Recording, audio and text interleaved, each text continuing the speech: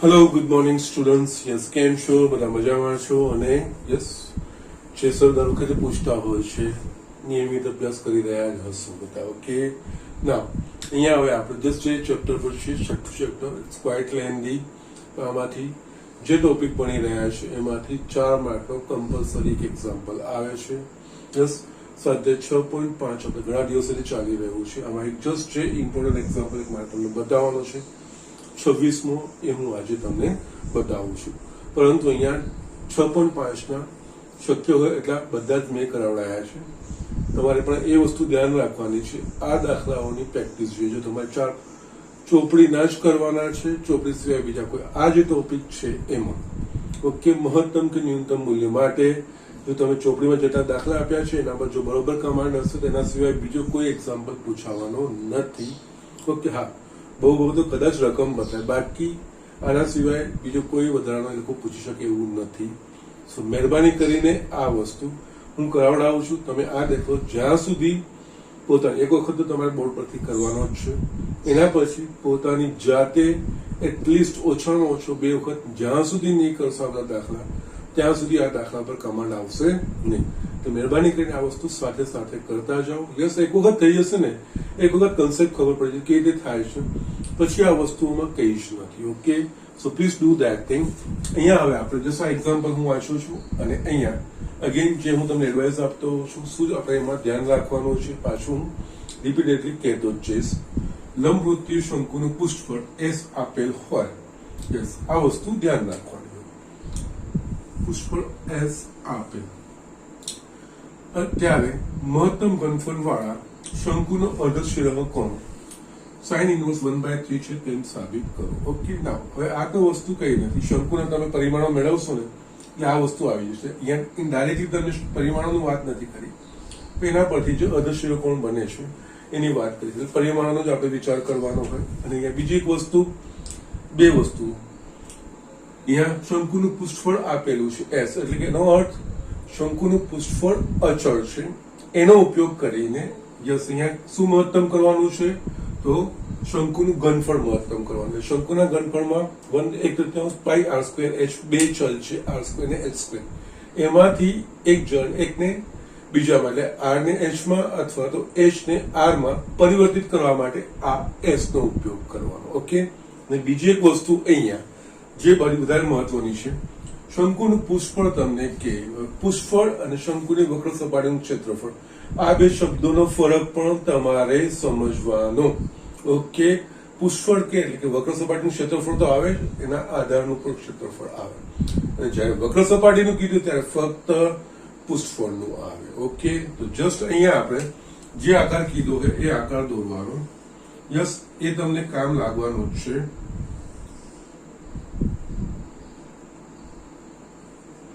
શંકુના જે મહત્વપૂર્ણ પરિમાણો હોય એ અહીંયા આપણે લખી દેવાના. એની આ પાયાની ત્રિજ્યા, આની આ ઊંચાઈ, ત્રીજી લંબાઈ, આ આનો અર્ધશિરઃ કોણ. ઓકે, આટલી વસ્તુ જે બી કોઈ બી આકાર છે જેના જે મહત્વના પરિમાણો છે લખી રાખવાના. અહીંયા ધારો કે શંકુની ત્રિજ્યા, ઊંચાઈ અને અર્ધશિરઃ કોણ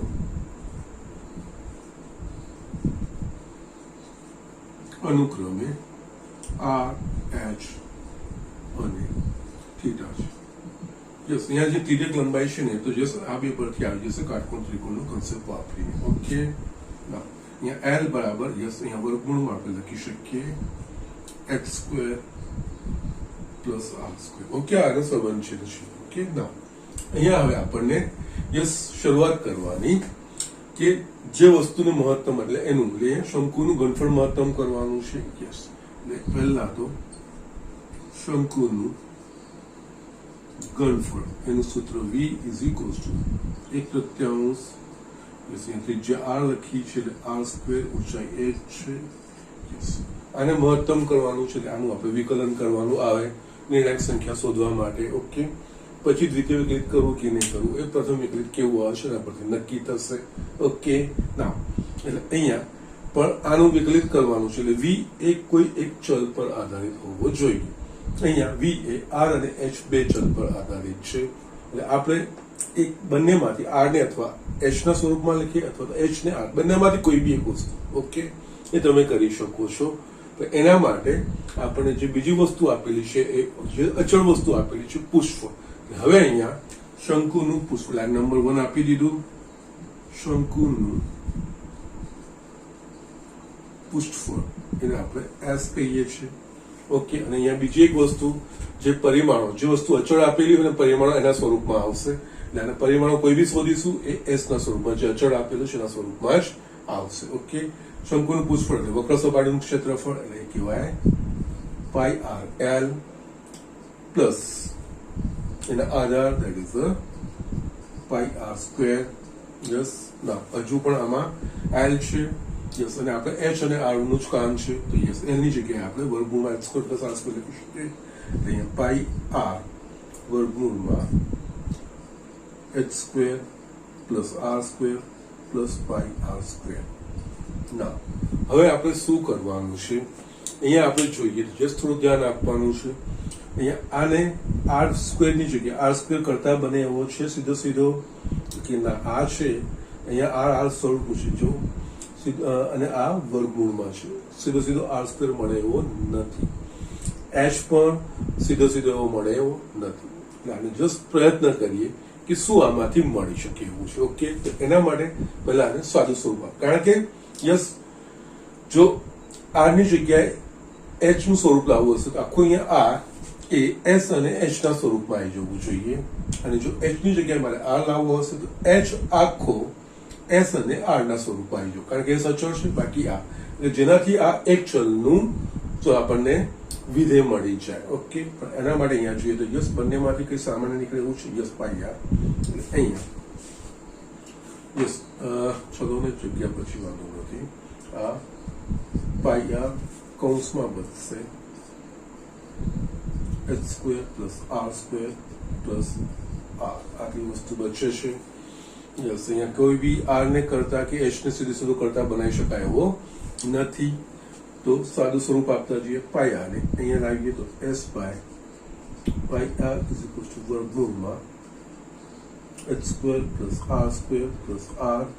હજુ પણ યસ r કે h સીધે સીધું કરતા બને એવું નથી, તો યસ વર્ગમૂળ વાળું પદ એક બાજુ બાકીનું આ બાજુ લઈ જઈએ તો માટે s upon pi R minus r is equal to વર્ગમૂળમાં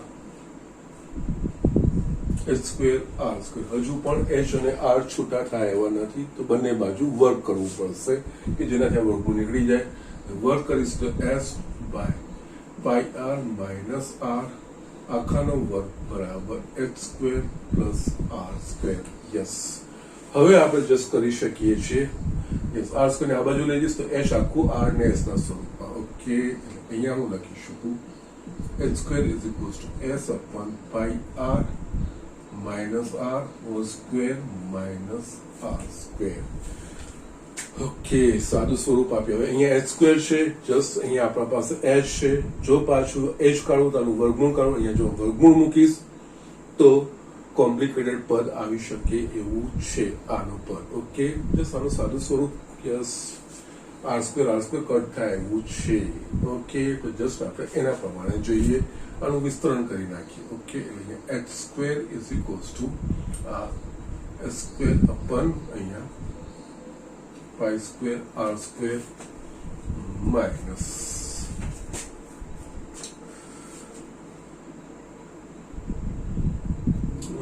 h નું ડાયરેક્ટ લખવું હશે તો વર્ગમૂળ આવશે, પછી થોડું અટપટું તો થશે જ. યસ, આનો આપણે વર્ક કરી નાખીશું તો અહીંયા h સ્ક્વેર વાળું પદ આવી જશે ને. યસ, પછી h સ્ક્વેર નું ડાયરેક્ટ સમીકરણ મૂકી દેવાશે. ઓકે, ના નો પ્રોબ્લેમ. ઓકે, ના અહીંયા h square અપન pi square minus 2 s by pi r into r plus r square minus r square. Yes, આ કટ થઈ ગયું. અહીંયા આપણે પાછું આ પણ કટ થયું, આપણને મળશે અહીંયા s square upon pi square r square minus 2s by pi. Okay, fine, સરસ. ના અહીંયા આપણે જોઈએ તો હજુ પણ કંઈક સામાન્ય નીકળે, એસ બાય પાઈ સામાન્ય નીકળે છે ને, તો એસ કાઢી લઈએ. એસ બાય પાઈ એટલે અહીંયા એસ અપન pi R square minus 2. So we can write s by pi s minus 2 pi r square upon pi r square. Yes, આ પર થશે h square. Yes, h હવે આખું r ના સ્વરૂપમાં આપણને આપણા પાસે મળી ગયું છે. ઓકે, નાઉ હવે અહીંયા આ h ને અહીંયા મૂકીએ. યસ, અહીંયા વર્ગમૂળ કાઢીશું, થોડું અટપટું પદ થશે. એના કરતા આ પદનું વર્ગ ને આપણે આગળના એક્ઝામ્પલમાં જોયું છે કે જો આ ન્યૂનતમ હોય તો વર્ગ બી ન્યૂનતમ થાય, મહત્તમ હોય તો વર્ગ બી મહત્તમ, તો આપણે વર્ગ બી લઈ શકીએ છીએ. ઓકે, એટલે અહીંયા આવે આને તમે 2 કહો. યસ, 1 અને 2 પરથી. હવે અહીંયા હું વર્ગ કરી દઉં છું. v નો વર્ગ બરાબર pi square by 9 r raised to 4 h square v square is equals to yes pi square by 9 r raised to 4 h square આપણા પાસે છે s by pi કૌંસમાં s minus 2 pi r square upon pi r square. Yes, હવે અહીંયા cut થાય એવું છે કંઈક. યસ, આ પાઈ સ્ક્વેર કટ થઈ ગયા, આની 2 ઘાત કટ થઈ ગઈ. યસ, બાકી આપણું આપણા પાસે આટલું બચશે માટે. યસ યસ યસ, માટે v square is equals to yes s by 9 r square. Yes, અચળને હું બાજુમાં જ કરતો છું. અહીંયા પાઈ સ્ક્વેર તો કટ થઈ ગયા છે. Yes, s by 9 r square કૌંસમાં s minus 2 pi r square. Yes, નો પ્રોબ્લેમ. ઠીક છે. ના હવે અગેન બેટા આપણે યસ r square ને આપણે અંદર લઈ જઈએ, એ પદો ભેગા થઈ જાય. s by 9 r square s minus 2 pi r ની 4 ઘાત. યસ, હવે આપણે અહીંયા v square એ s અને r ના સ્વરૂપમાં આવી ગયું. s એ અચળ છે એટલે આ r નું વિધેય થઈ જશે. હવે ધારો કે yes v square is equivalent to v of r, sorry not x, r is equals to s by 9 r square s minus 2 pi r raised to 4. Yes, હવે અહીંયા આપણે v dash r. ઓકે, આનું વિકલન કરવાનું છે. s by 9 તો અચળ છે કૌંસમાં. Yes, d by d of r square એટલે કે 2r s થશે અને આ થશે 8 pi r cube. ઓકે, સરસ. આ બધામાંથી કંઈક અચળ નીકળે એવું છે. v dash by r, આમાંથી 2r, જો કે r નું પાછું વિકલન કરવું પડશે, ફક્ત 2 બહાર કાઢી અહીંયા 2s by 9 rs minus 4 pi r cube. આ વસ્તુ મારા પાસે બચશે. ઓકે, ના અહીંયા આ વસ્તુ થઈ ગયા પછી. ઓકે, હવે આ કિંમતો માટે આને શૂન્ય કરીશું એટલે આપણને નિર્ણાયક સંખ્યા મળશે. પણ એ નિર્ણાયક સંખ્યા એટલે મહત્તમ છે કે ન્યૂનતમ છે એના માટે કાં તો પ્રથમ વિકલિત કસોટી કે દ્વિતીય વિકલિત કસોટી. જો પ્રથમ વિકલિત પરથી દ્વિતીય વિકલિત સરળતાથી નીકળતું હોય તો આપણે એ વસ્તુ વાપરીશું, નહીં તો આપણે પ્રથમ વિકલિત કસોટી. અહીંયા આપણે આનું પાછું વિકલન એટલે આના સાપેક્ષ વિકલન એ સરળતાથી થાય એવું છે, તો આપણે એના પ્રમાણે જઈશું. એટલે અહીંયા v dash r v double dash r sorry is equals to 2s by 9 અહીંયા થઈ જશે s minus 12 pi r square. It is like this. આ વસ્તુ આપણને મળે છે. Okay, so these are the things. Yes, આ v dash r ને v double dash r થઈ ગયું. હવે v dash r બરાબર 0 લેતા નિર્ણાયક સંખ્યા માટે અહીંયા 2s by 9 છે rs minus 4 pi r cube is equals to 0. આનો અર્થ થશે rs minus 4 pi r cube is equals to 0. Yes, અહીંયા હવે એકચ્યુઅલી r શૂન્ય થાય એવું શક્ય નથી. એકચ્યુઅલી r સામાન્ય કરશો s minus 4 pi r square is equals to 0 માટે r is equals to 0 અથવા s minus 4 pi r square is equals to 0. Yes, પરંતુ r ત્રિજ્યા, યસ, આની r ત્રિજ્યા શૂન્ય શક્ય છે? યસ, એ શક્ય નથી. ઓકે, પરંતુ r is not equals to 0 માટે આના પરથી s is equals to 4 pi r square. Okay, નાઉ આ જસ્ટ એક્સટેન્શન છે, હું અહીંયા લખું છું. Yes, s is equals to 4 pi r square થઈ ગયું. આપણે પરિમાણ જોઈએ એટલે કે r square is equals to s by 4 pi થશે માટે આના પરથી યસ, મેં જગ્યા ઓછી છે એટલે અહીંયા બાજુમાં લખતો જાઉં છું. માટે r is equals to વર્ગમૂળમાં s by 4 pi. ઓકે, નાઉ આ નિર્ણાયક સંખ્યા કહેવાય. હવે આ r માટે v ડબલ ડેશ r શોધીએ અહીંયા. Yes, r is equals to વર્ગમૂળમાં s by 4 pi માટે v ડબલ ડેશ r એટલે કે વર્ગમૂળમાં s by 2 pi. Yes, v double ડેશમાં શું છે આપણા પાસે? યસ, r સ્ક્વેર જ છે એટલે અહીંયા 2s by 9 કૌંસમાં s minus 12 pi અને r સ્ક્વેર નું મૂલ્ય મૂકવાનું છે s by 4 pi. આ થશે 3 s minus 3s એટલે minus 2s થશે એટલે આ થશે minus 4s by 9.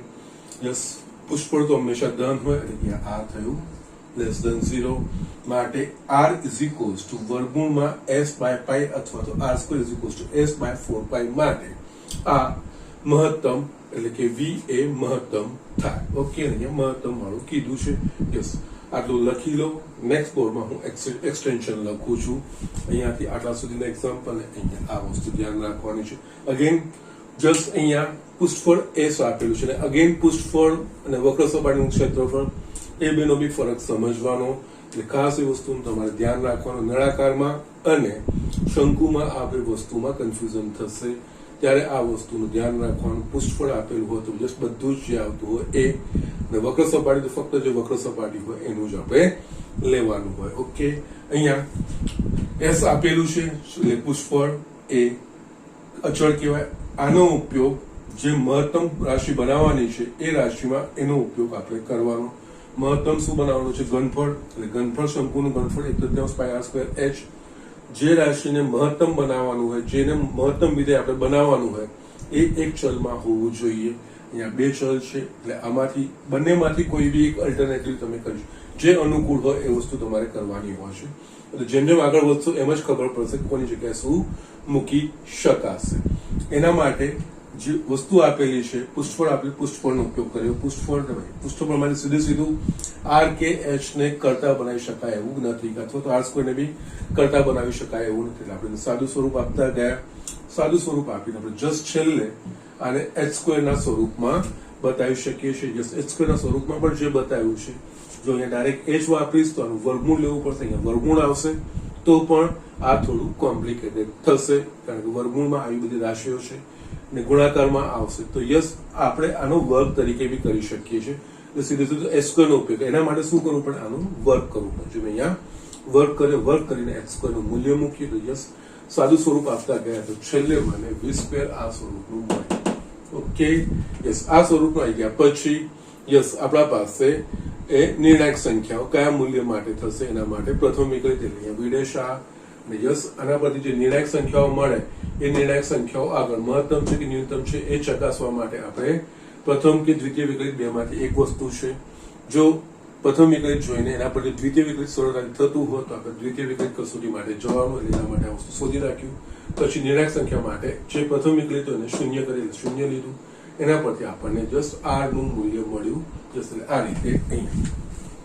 ઓકે, હવે એ r ના મૂલ્ય માટે દ્વિતીય વિકલ્પ કસોટીનું મૂલ્ય આપણને ઋણ મળ્યું. એટલે r ના આ મૂલ્ય માટે એટલે કે r square is equals to s અપન 4 માટે અથવા તો r ઇઝ ઇક્વલ્સ ટુ વર્ગમૂળમાં s અપન 4 માટે આપણને જસ્ટ v એટલે કે આનું ઘનફળ a મહત્તમ મળશે. ઓકે, સો જસ્ટ આટલી વસ્તુ છે, લખી લો. આપણે નેક્સ્ટ બોર્ડમાં એક્ઝામ્પલ હું આગળ વધારું છું. ઓકે, જે જરૂર છે હું અહીંયા લઈ લઈશ. યસ, અહીંયા આપણને r સ્ક્વેર એટલે કે r ઇઝ ઇક્વલ્સ ટુ માટે અહીંયા આપણે જસ્ટ જે આગળનું સ્ટેટમેન્ટ છે ને આપણથી, યસ આ તો જસ્ટ મારે વાપરવાનું છે એટલે મેં અહીંયા લખ્યું છે. but r is equals two વર્ગમૂળમાં s અપન 4 માટે યસ શંકુનું ઘનફળ મહત્તમ થાય. આ વસ્તુ આપણને મળી ગયું. હવે આપણે મહત્તમ એટલે કે મહત્તમ માટેના પરિમાણ મળી ગયો. યસ, r અને h વચ્ચેનો પાછો સંબંધ આ છે. આના પરથી આપણે h પણ શોધી શકીએ છીએ. અર્ધશિરોકોણ sin ઇન્વર્સ 1/3 એટલે કે sin નું વાપરવાનું, sin થીટા બરાબર સામેની બાજુ ભાગ્યા એટલે r બાય l કરવાનું છે. l માં આપણા પાસે યસ h આવે છે, આપણે h શોધી કાઢીએ. આ r નું મૂલ્ય અહીંયા મૂકીશું આપણને h² મળી જશે. ઓકે, યસ, તથા h² is equals to s upon pi s minus 2 pi r² નું મૂલ્ય s upon 4 pi છેદમાં pi r² એટલે કે s upon 4 pi એટલે આપણને આ મળશે s by pi yes 2 pi એટલે અહીંયા આપણે s minus s by 2 એટલે આ થશે s by 2 છેદમાં s by 4 જસ આપણે s કટ થશે, બાકી આપણા પાસે રહેશે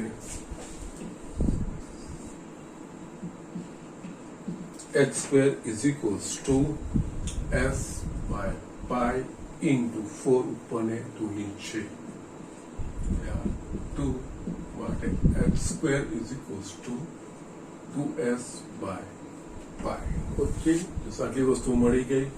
યસ, હવે આપણે બીજું કંઈ જોતું નથી, એનો વર્ગમૂળ કરવાની બી જરૂર નથી. તથા આકૃતિ પરથી sin theta is equals to સામેની બાજુ એટલે કે r થઈ ભાગ્યા કર્ણ એટલે કે l r l બરાબર વર્ગમૂળમાં h² પ્લસ r². યસ, હવે આપણા પાસે બધા મૂલ્યો છે, અહીંયા મૂકી દેવાના. r એટલે વર્ગમૂળમાં s by 4 pi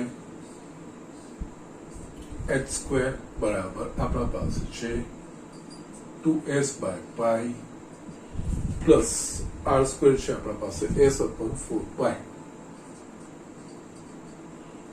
જસ અંશમાં s upon 4 pi છેદમાં 4 pi લસા નીકળશે, આ થશે 8s plus s yes માટે sin theta is equals to yes પદોની ગોઠવણી કરીએ. આ વર્ગમૂળમાં s upon 4 pi વર્ગમૂળમાં છેદનો છેદ અંશ એટલે કે yes 4 pi upon 9s yes વર્ગમૂળમાં s upon 4 pi by 9s આ બે કટ થઈ ગયા. આ આપણને વર્ગમૂળમાં 1/9 એટલે sin theta is equals to 1/3 માટે theta is equals to sin inverse 1/3. અર્ધશિરોકોણ sin inverse 1/3 એ આપણે સાબિત કરવાનું હતું, એ અહીંયા થઈ ગયું.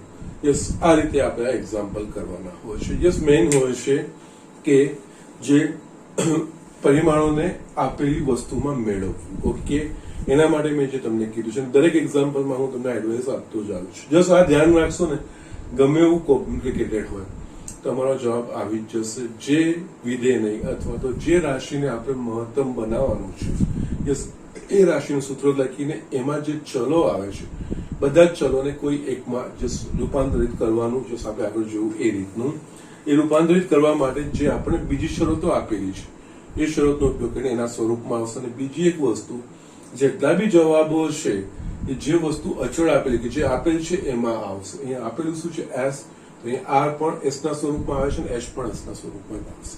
सो जस्ट आ वस्तुओनुं ध्यान राखवानुं होय। बाकी दाखलाओ कई जगराओ अगरा नथी। Okay, so just do it. 6.5 में जे आ बधा हता ए जस्ट मैं तमने अहींया फिनिश कर्या छे। छेल्ला बे मारे तमने यस एमसीक्यूज छे ए पण हुं तमने बतावी दઉં છું 28 ने 29। Okay, so just do it. ये स्टूडेंट में एक 28वां दाखलो लखीए। स्वाध्याय 6.5 नो विधेय f of x is equals to 1 minus x upon x square। प्रत्येक x belongs to r न्यूनतम किंमत शोधी। इस न्यूनतम किंमत शोधवानी छे। जस एना माटे f dash x जे x ना मूल्य आगर 0 एना पर निर्णायक संख्या ए निर्णायक संख्या आगर यस प्रथम विकलितनी मददथी अथवा तो द्वितीय विकलितनी मददथी ए बेमांथी कोई एक आपणे शोधी शकीए छे। अने बीजी एक वस्तु एक्चुअली आ रीतनुं छे ने आपणे आने जे विधेयमां विस्तार शोधता हता ने यस ए रीते पण करी शकाय। हूँ तमने बतावुं छुं, जो कि बने रीते तमने अहींया बतावी दઉં છું। ओके, ना अहींया पहेला तो जस आपणे महत्तम के न्यूनतमनी जे वापरीए छीए f of x is equals to 1 minus x plus x square छेदमां 1 plus x square। Okay, yes f dash x निर्णायक संख्या माटे f dash x is equals to अहींया આપણે જોઈએ તો યસ u by v એટલે આ થશે 1 plus x square કૌંસમાં વિકલિત એટલે કે 0 minus 1 plus 2x minus 1 minus x plus x square yes આમાં 0 1 plus 2x છેદમાં 1 plus x square આખાનો ઓકે। ના અહીંયા હવે આપણે સાદું સ્વરૂપ આપી દઈએ। યસ પહેલું પદ થશે મિસ્ટેક સામાન્ય તો નથી જ। યસ અહીંયા -1 વડે ગુણીશું એટલે -1 minus x square 2x વડે ગુણીશું તો +2x plus 2x square plus 2x cube minus કૌંસ માઇનસ અહીંયા 1 વડે ગુણીશું તો 1 minus x plus x square 2x वडे गुणीशुं तो yes 2x minus 2x square plus 2x cube छेदमां 1 plus x square आखानो वर्ग। ओके, ना यस अहींया हवे सादुं स्वरूप आपवामां वर्गवाळा पदो कोई छे के नहीं ए वस्तु आपणे जोई लईए। यस अहींया पहेला तो आमांथी -1 आ थશે plus x square plus 2x cube again आ -1 પછી આપણા પાસે આવશે plus 2x અને આ થશે -x પછી -x square તો અહીંયા થશે plus x square okay minus 2x cube छेदमां 1 plus x square आखानो वर्ग। ओके, नाउ अहींया 2x cube उड़ी गया आपणा पासे। आना सिवाय बीजुं कई यस प्लस x अने माइनस x पण आपणा पासे जाय छे। यस बाकी शुं रहेशे अहींया 2x square बाकी रहेशे अने -1 that is a -2 छेदमां 1 plus x square आखानो वर्ग।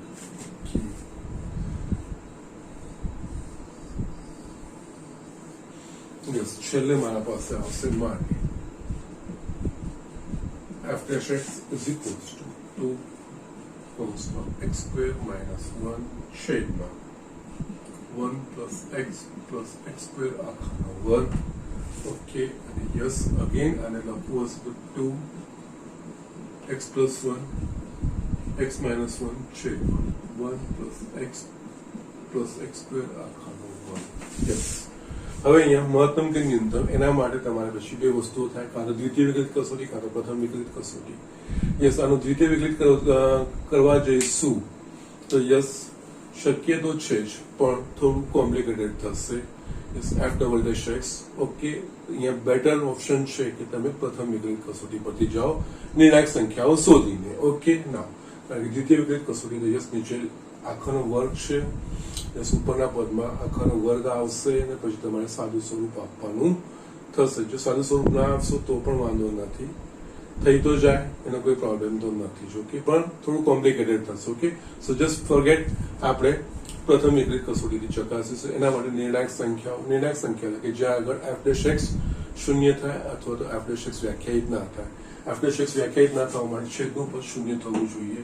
યા x ની કોઈ પણ કિંમત માટે છેદનું પદ શૂન્ય નહીં થાય, કારણ કે આના જે છે ને વિવેચક કાઢશો b² - 4ac, એટલે અહીંયાનો વિવેચક છે એ ઋણ આવે છે, એટલે કે આના કોઈ અવયવો પડશે નહીં.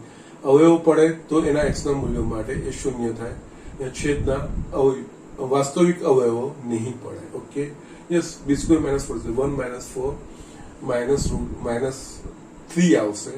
વિવેચક ધન હોવો જોઈએ, શૂન્ય કે શૂન્ય કરતા મોટો હોવો જોઈએ, જે અહીંયા નથી થતું. એટલે આ કોઈ પણ x ના મૂલ્ય માટે છેદ શૂન્ય થશે નહીં.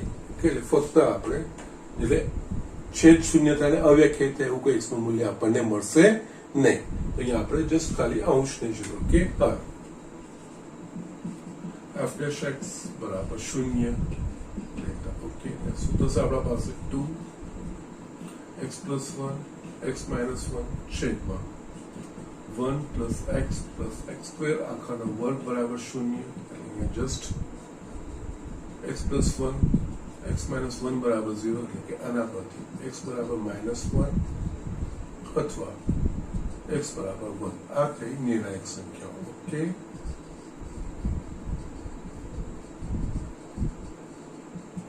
યસ. હવે આપણે આ નિર્ણાયક સંખ્યાઓના આજુબાજુના અંતરાલમાં એ આપણે જોવું પડે. અહીંયા નિર્ણાયક સંખ્યાઓ તમે અગેન જગ્યા ઓછી છે એટલે સાઈડ લખું છું. એટલે અહીંયા તમે વાસ્તવિક સંખ્યા રેખા દોરો.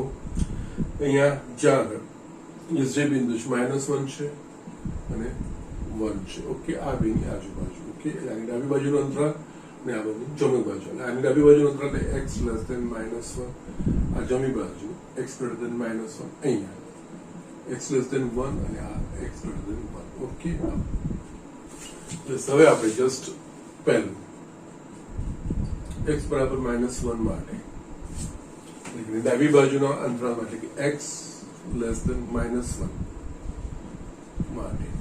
Okay, yes. હવે એનામાં આપણે f'(x) નું ચિહ્ન આપણે નક્કી કરવાનું છે. હવે x < -1 એટલે કે આપણે -1 ને આ બાજુ લઈશું, x + 1 < 0.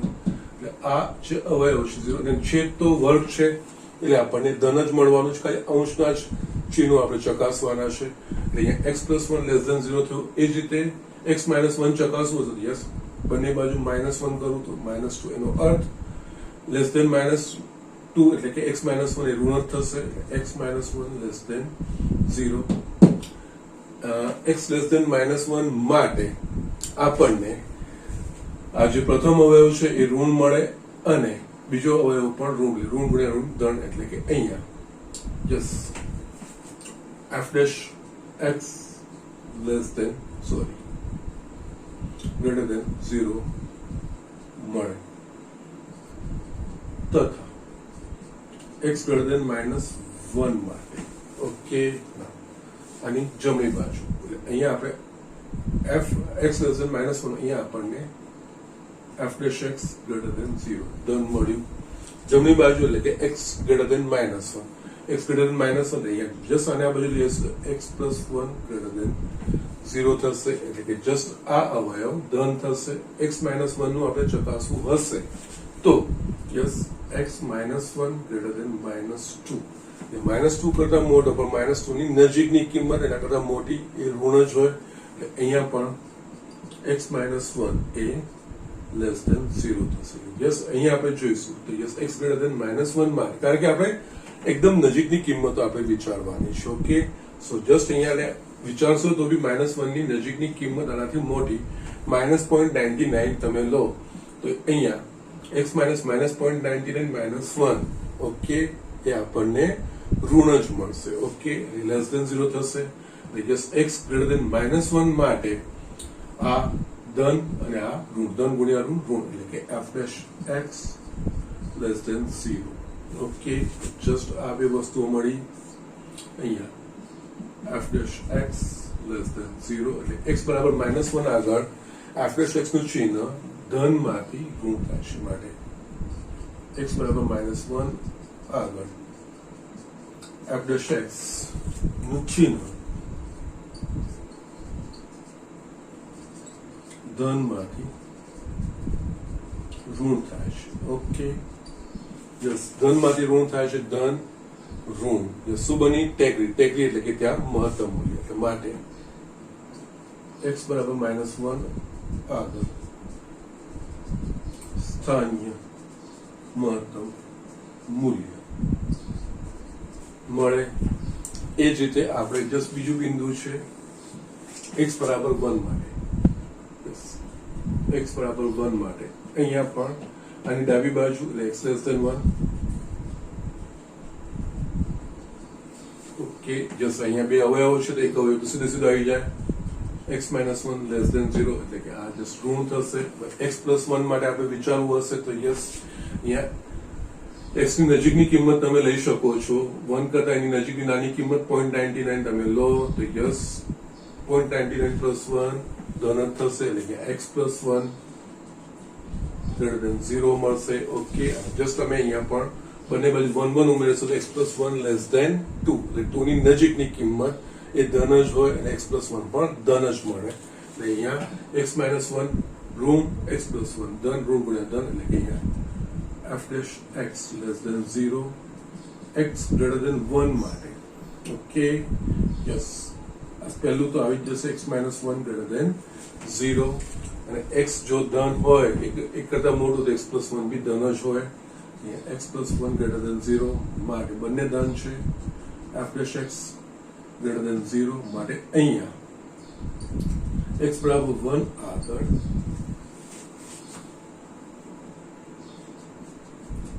f dash x નું ચિહ્ન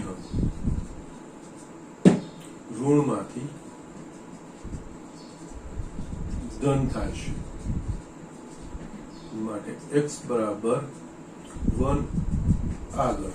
યસ, ઋણમાંથી ધન એટલે કે આપણે ખીણ બને એ ન્યૂનતમ કહેવાય. x બરાબર આગળ સ્થાનીય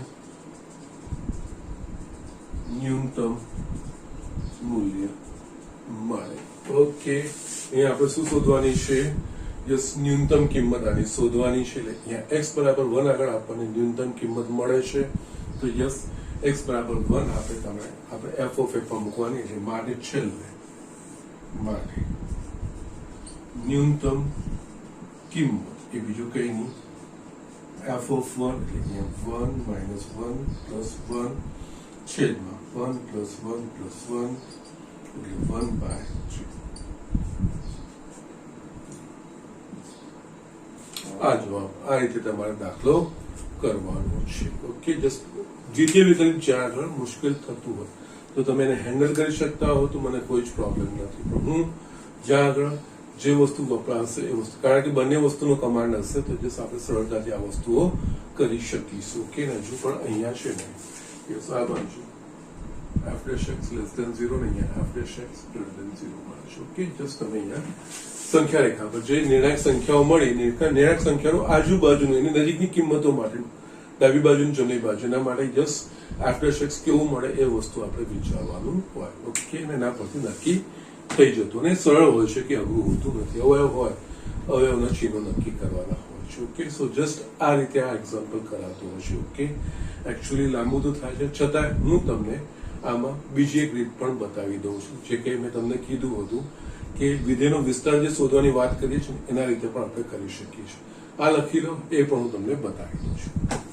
યસ સ્ટુડન્ટ્સ, અહીંયા આમાં વિધેયની રીતે એટલે કે વિસ્તારની રીતે કરવું છે એના પહેલા હું એક નોટ લખાવું છું. ખૂબ જ ઇમ્પોર્ટન્ટ નોટ છે, તમને ઘણી જગ્યાએ એ વસ્તુ કામ લાગશે. ઓકે, તો જસ્ટ એ તમે બોક્સ બનાવીને આ નોટ લખી શકો છો. એકચ્યુઅલી અસમતાના ઉકેલની છે. Okay, yes, a less than b માટે. ઓકે, ફર્સ્ટ જો x - a x - b less than equals to 0 તો આનો x નું મૂલ્ય a less than equals to x less than equals to b. Yes, આ દ્વિઘાત સમીકરણ થશે. દ્વિઘાત સમીકરણના ઉકેલ આવે અહીંયા x માઇનસ અને a એ b કરતા નાનો છે. યસ, અવયવ જે છે. ઓકે, સેકન્ડ જો x minus a x minus b less than 0 હોય તો yes a less than x less than b x નું મૂલ્ય આ બેની વચ્ચે જ આવે ઓકે થર્ડ જો x minus a x minus b greater than or equals to 0 so yes a greater than or equals to x greater than equals to b આ રીતનું થાય ચોથી જે છે એ આના પ્રમાણે જ છે ચુસ્ત અસમતાનું છે જો x minus a x minus b greater than 0 તો yes a greater than x greater than b okay yes 11માં મેં તમને એક વખત આ વસ્તુ બતાવી હશે ઓકે એટલે અહીંયા આ વસ્તુનો ઉપયોગ જસ્ટ કરીશું આપણે આને તમારે બોક્સ બનાવીને એટલે જસ્ટ કેવી રીતે ઉપયોગ થાય છે એ હું તમને બતાવું છું અહીંયા જસ્ટ આટલું છે તમારે આ બોક્સમાં થશે ઓકે ના આપણે મૂળ દાખલા પર આવીએ yes f of x 1 minus x plus x square okay હવે આનો વિસ્તાર એટલે કે અહીંયા x belongs to r એટલે x ની વાસ્તવિક કિંમતો માટે જે કિંમતો મળે એ બધી કિંમતોનો ગણ એ આનો વિસ્તાર કહેવાય અહીંયા આપણે શું કરીશું ધારો કે y is equals to f of x is equals to 1 minus x plus x square છેદમાં 1 plus x square છે ઓકે અને અહીંયા શું છે x belongs to r આપણને આપ્યું છે એટલે કે વાસ્તવિક x એ વાસ્તવિક સંખ્યા હોવી જોઈએ આના પરથી હું શું કરું છું યસ y હવે આ x ની વાસ્તવિક કિંમતો માટે જે y ના મૂલ્યો મળશે એ y ના મૂલ્યો એ આ વિધેયનો વિસ્તાર કહેવાશે કારણ કે f of x બરાબર મેં y લીધું છે એટલે અહીંયા x ની જે પણ વાસ્તવિક કિંમતો લઈએ બધી જ વાસ્તવિક કિંમતો માટે y ના જે બી મૂલ્યોનો ગણ મળશે જે y ના મૂલ્યો મળશે એ આ વિધેયનો વિસ્તાર કહેવાશે એટલે કે આ વિધેયના મૂલ્યો કહેવાશે કે કયા આવી શકે છે ઓકે હવે y is equals to 1 minus x plus x square છેદમાં 1 plus x square અહીંયા હું ચોકડી ગુણાકાર કરું છું આ શું થશે y plus xy plus yx square is equals to 1 minus x plus x square થઈ ગયું યસ અહીંયા હવે બધાને હું આ બાજુ લાવું છું એટલે અહીંયા શું થશે yx square plus yx plus y minus 1 plus x minus x square is equals to 0 આ વસ્તુ આપણને મળશે યસ અહીંયા x square વાળા બે પદો છે એટલે આ થશે y minus 1 into x square plus x વાળા બે પદો છે એટલે આ થશે y plus 1 x અને છેલ્લે મારા પાસે રહેશે plus y minus 1 is equals to 0 yes એમ જોવા જઈએ તો અહીંયા આ x square નું દ્વિઘાત સમીકરણ થયું યસ અહીંયા x square નું દ્વિઘાત સમીકરણ છે એટલે કે આનો ઉકેલ એ આ સમીકરણનો ઉકેલ એ x ના મૂલ્યો કેવા છે x ના મૂલ્યો એટલે કે એટલે કે x કેવો હોવો જોઈએ વાસ્તવિક એટલે આ દ્વિઘાત સમીકરણનો વાસ્તવિક ઉકેલ ક્યારે શક્ય બને કે જ્યારે આનો વિવેચક greater than or equals to 0 એટલે કે b square minus 4ac greater than equals to 0 થવું જોઈએ એ x square plus by bx plus c okay yes અહીંયા અને એક કહીએ સમીકરણ 1 એ ચલ x નું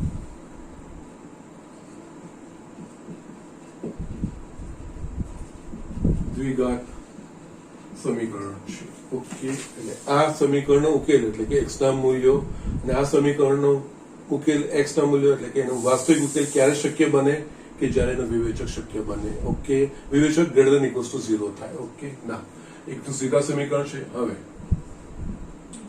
x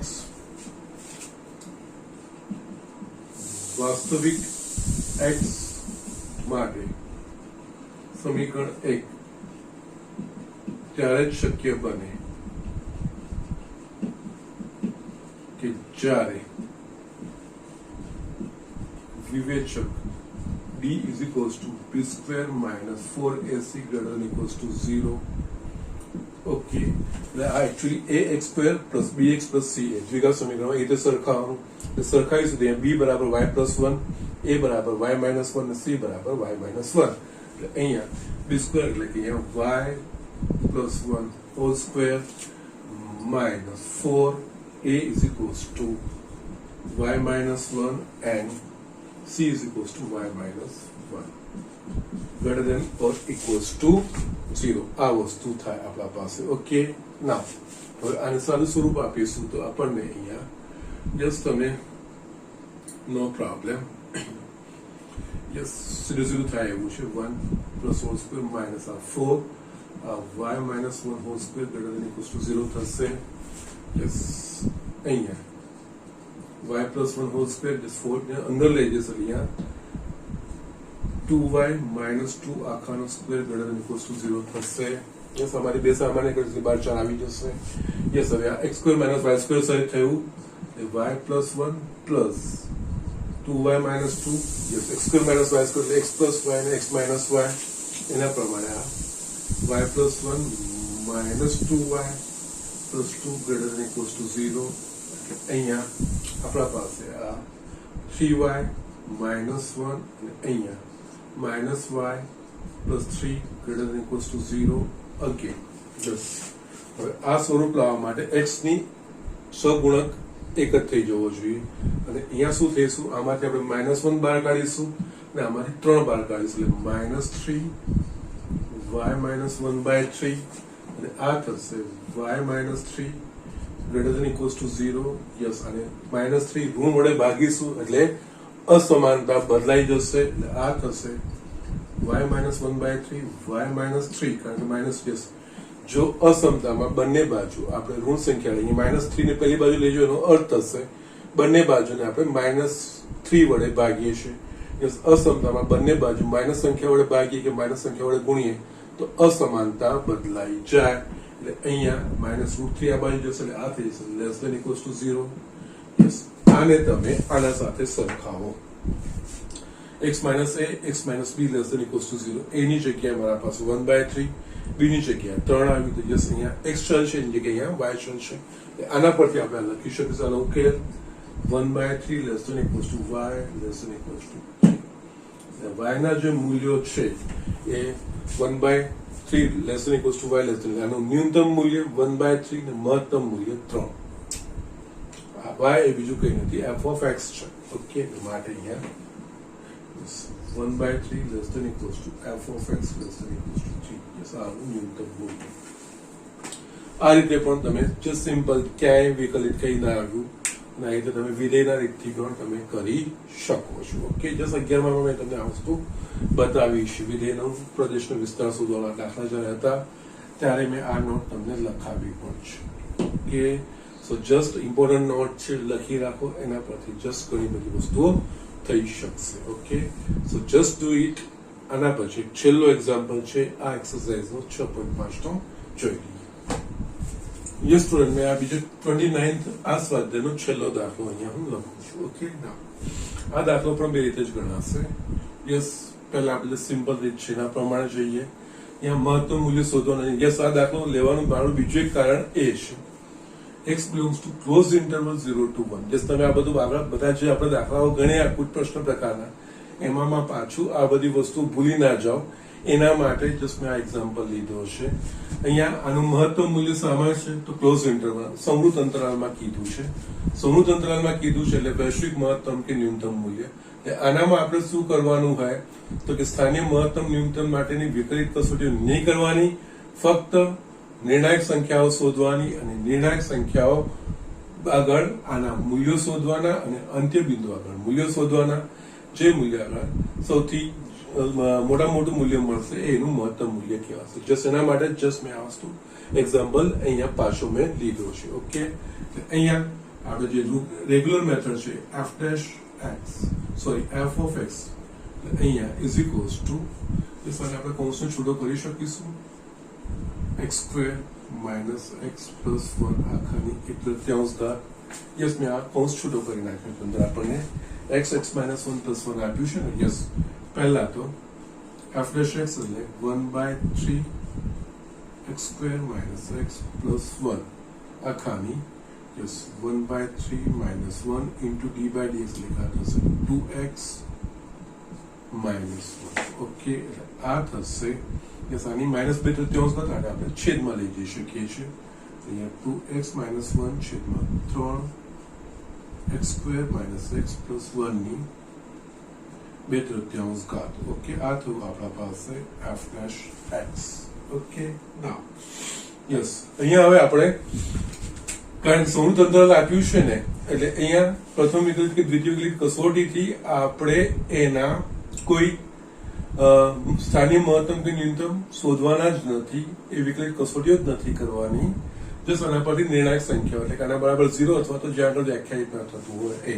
અહીંયા f ડેશ x વ્યાખ્યાયિત ના થવા માટે છેદનું પદ શૂન્ય થાય, x ના જે મૂલ્ય માટે છેદનું પદ શૂન્ય થાય ત્યાં વ્યાખ્યાયિત ના થતું નથી એવું કહેવાય. અહીંયા x square minus x plus 1 એટલે આ દ્વિઘાત સમીકરણ થયું. આનો વિવેચક ચકાસી તો યસ, એનો વિવેચક યસ ઋણ જ આવશે. b square minus 4ac minus 3 આવશે. એટલે આનો કોઈ વાસ્તવિક ઉકેલ મળશે નહીં, એટલે આના કોઈ વાસ્તવિક અવયવ પડશે નહીં. અવયવ પડે તો જ એ x ના મૂલ્ય માટે શૂન્ય થાય. બાકી કારણ કે અવયવ પરથી બરાબર 0 કરે એના પરથી x ના મૂલ્યો મળે અને x ના શૂન્ય કહેવાતા હોય છે. તમે આ બધું 9મા ધોરણમાં ભણી ગયા હશો. કે અહીંયા કોઈ એના શૂન્યો મળે, x ની કોઈ શૂન્ય મળે એવા નથી કે x નું એવું કોઈ મૂલ્ય ના મળે કે જેના માટે આ શૂન્ય થાય. કારણ કે યસ દ્વિઘાત સમીકરણ છે ને વિવેચક ઋણ મળે છે, એટલે અહીંયા x ના કોઈ વાસ્તવિક અવયવો નહીં મળે. એટલે યસ એવી કોઈ વાસ્તવિક કિંમત નહીં મળે કે જેના માટે છેદ શૂન્ય થશે. ફક્ત આપણે અંશનું જ કરવાનું. યસ f ડેશ x બરાબર 0 લેતા માટે અહીંયા 2x માઇનસ 1 છેદમાં 3 x square minus x plus 1 આખાની 2/3 ઘાત બરાબર 0. આના પરથી 2x minus 1 is equals to 0 એટલે આના પરથી માટે x is equals to 1/2. આ થશે નિર્ણાયક સંખ્યા. ઓકે, યસ, આ નિર્ણાયક સંખ્યા અને આ 1/2 જે અંતરાલ પર વ્યાખ્યાયિત હોય એમાં જોઈએ. તથા આ લખતા પહેલા x is equals to 1/2 છે. આ સંવૃત્ત અવિવૃત્ત અંતરાલ 0, 1 માં છે. ઓકે, માટે x is equals to 1/2 a. નિર્ણાયક સંખ્યા કે બિંદુ. ઓકે, ના હવે આપણે ફક્ત આ નિર્ણાયક સંખ્યા આગળ અને એની અંત્ય બિંદુ આગળ f of x ના મૂલ્યો શોધવાના છે. ઓકે, એટલે x is equals to 0, 1/2, 1 આગળ f of x ના મૂલ્ય. કારણ કે સંવૃત્ત અંતરાલ છે એટલે વૈશ્વિક મહત્તમ ન્યૂનતમ છે, એમાં જસ્ટ આપણે આ સ્કીપ કરીએ છીએ. ફક્ત નિર્ણાયક સંખ્યા શોધીને પછી આગળ સ્થાનિય મહત્તમ કે ન્યૂનતમ છે એ બધું શોધતા નથી. નિર્ણાયક સંખ્યા આગળના મૂલ્યો અને અંત્ય બિંદુ આગળના વિધેયના મૂલ્યો એના પરથી મહત્તમ ને ન્યૂનતમ. ઓકે, આપણે જોઈશું તો f of 0 એટલે આ 0 થઈ ગયું એટલે 1 મળશે, 1 ની 1/3 ઘાત. Okay, f of 1/2. ઓકે, 1/2 તો અહીંયા યસ 1/2 minus 1/2 minus 1/4 થશે. Okay, yes 1/2 1/2 minus 1 minus 1/2 minus 1/2 into 1/2 minus 1/4 plus 1 એટલે કે 3/4 ની 1/3 ઘાત થશે. અને f of 1 માટે આ 0 થઈ ગયું એટલે આ 1 ની 1/3 ઘાત આપણને મળશે 1 જ મળશે. ઓકે, ના આ ત્રણેયમાં સૌથી મોટું મૂલ્ય કયું કહેવાય? ઓકે, 3/4 એટલે 0.75 નું ઘનમૂળ અને 1. ઓકે, 0.75 નું ઘનમૂળ એ પોઈન્ટમાં જ આવશે એટલે કે 1 કરતા નાનું થશે. એટલે મહત્તમ મૂલ્ય ક્યાં આગળ મળે છે? આ બે બિંદુ આગળ, that is 1. એટલે આનું મહત્તમ મૂલ્ય થાય 1. ઓકે, ਇਸ માટે f of x ની મહત્તમ મૂલ્ય 1 મળે. ઓકે, ના હવે મેં તમને કીધું બીજી રીત. ઓકે, બીજી રીતમાં છે ને આપણે આ જસ્ટ જોયું ને x square minus x plus 1 આ વસ્તુ છે. પહેલા આપણે આનું જોઈએ શું કરવાનું છે. અહીંયા x square minus x plus 1 અને અહીંયા જસ્ટ હંમેશા ધ્યાન રાખવાનું જેનું વાસ્તવિક ઉકેલ ના મળતું હોય ને એને આપણે પૂર્ણ વર્ગના સ્વરૂપમાં મૂકીશું એની કિંમતો કદાચ મળશે આપણને. ઓકે, અહીંયા આ પ્રથમ પદ, આ મધ્યમ પદ. ઓકે, અહીંયા પ્રથમ પદ ને મધ્યમ પદથી અંતિમ પદ પૂર્ણ વર્ગ આપણે બનાવવાનો છે. ઓકે, એટલે અહીંયા મધ્યમ પદનો વર્ગ છેદમાં 4 ગુણ્યા પ્રથમ પદ એટલે 1/4 આવશે. એટલે અહીંયા આની જગ્યાએ આપણે x સ્ક્વેર માઇનસ x +1/4 -1/4 અને આ +1 છે એમ હશે 1/4 ઉમેરી અને બાદ કર્યા આનું અંતિમ પદ ઉમેરીને આપણે પૂર્ણ વર્ગ બનાવ્યું એટલે જે સાત હશે પૂર્ણ વર્ગ x - 1/2 આખાનો વર્ગ આ થઈ જશે +3/4 એટલે અહીંયા x² - x + 1 નું મૂલ્ય એટલે આપણને મળશે x - 1/2 આખાનો સ્ક્વેર +3/4 હવે આનું આપણે જસ્ટ f of x ના મૂલ્ય શોધવાનું f of x એટલે આ રીતનું આપણે લાવવાનું છે ઓકે ના અહીંયા આપણે જોવા જઈએ તો યસ x નું મૂલ્ય કોની છે 0 અને 1 ની વચ્ચે છે તો યસ અહીંયા 0 less than equals to x just આપણે વ્યવસ્થિત લખીએ બાજુમાં લખીશું અહીંયા